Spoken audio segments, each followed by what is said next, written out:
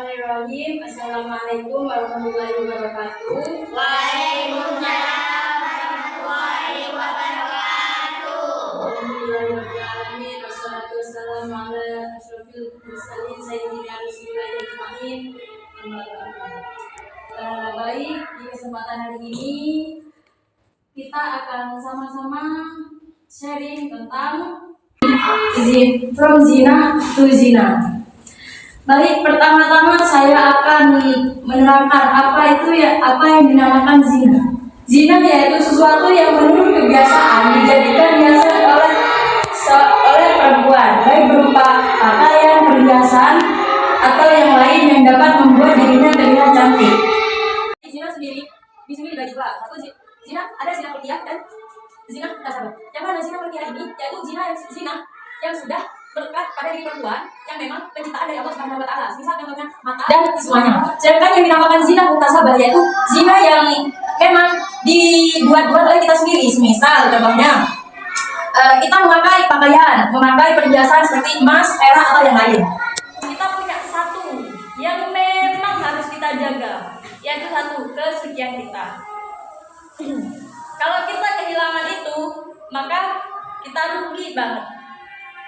Sudah kebayang kan, kita perempuan, kita akan menjadi ibu, kita akan bersuami.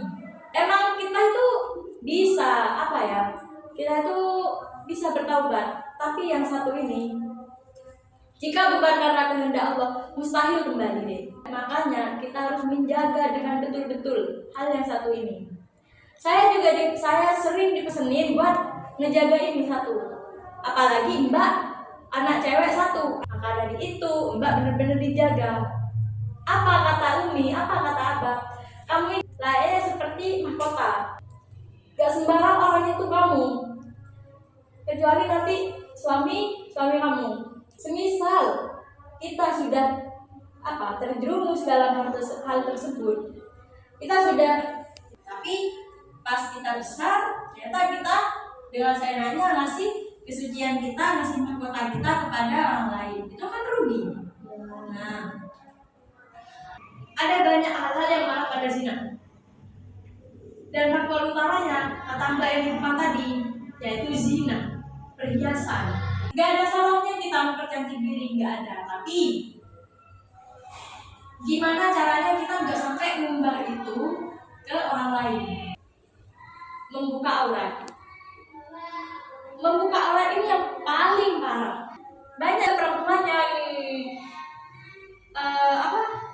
yang emang udah punya niat nakal, aku mau pakai baju seksi, mau buka aurat sebuka-bukanya buat biar cewek-cewek itu tertarik ke aku. Banyak kan yang kayak gitu sekarang. Perempuan ini ladang fitnah perempuan ini. Makanya di neraka nanti lebih banyak perempuan kayak gitu. Perempuan gampang buka aurat gitu. Selain dari macam-macam zina yang tadi, yang ada zina mata, zina pikiran, dan yang paling bahaya itu zina farji. Zina itu ada pembagiannya. Pembagian zina itu ada dua. Satu zina muhson, dua zina ghairu muhson. Zina muhson, apa yang dinamakan zina muhson? Zina muhson yaitu zina yang dilakukan oleh laki-laki dan perempuan yang sama-sama terikat hubungan pernikahan, dan tapi mereka selingkuh, mereka melakukan kayak gitu, itu dinamakan zina muhson. Dan apa yang dinamakan zina ghairu muhson? Zina ghairu muhson yaitu zina yang dilakukan oleh orang yang sama-sama tidak terikat pernikahan.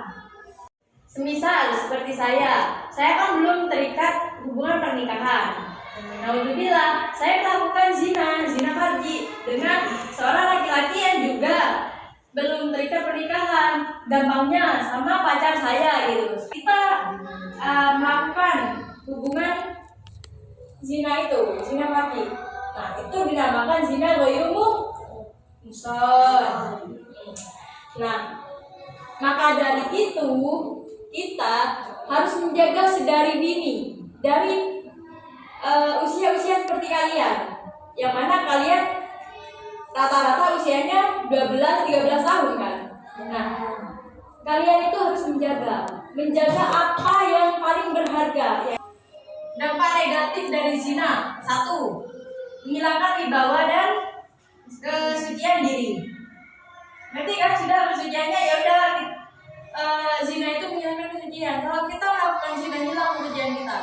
Kesucian yang udah kita jaga, bahkan bukan cuma kita yang jaga, yang lebih intens menjaga kesucian kita itu orang tua. Bagaimana nggak sampai hilang kesucian. Yang kedua, yaitu menyebabkan kefakiran materi dan non materi. Zina ini bisa membuat kita kehilangan kecerdasan. Gak cuma zina, maksiat-maksiat yang lain juga bisa menghilangkan kecerdasan yang kita punya. Yang ketiga yaitu terserang penyakit mematikan. Kita kalau sudah zina, kita zina 1 kali, dan hal itu bisa menarik kita pada penyakit mematikan. HIV, namanya itu penyakit HIV. Penyakit itu masih belum diketahui obatnya sampai sekarang. Ya, bahkan bisa jadi penyakit itu tidak akan sembuh kecuali orangnya meninggal. Itu. Yang keempat yaitu mendapat makna dari Allah dan Rasulnya. Yang kelima yaitu dijauhi dan dikucilkan oleh masyarakat.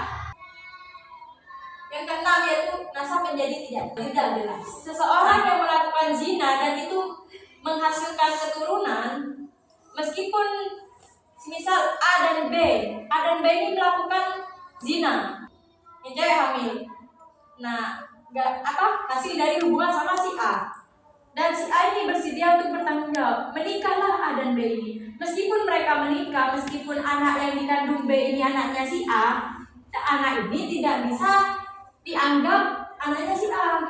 Kasihan kan anaknya nanti udah kita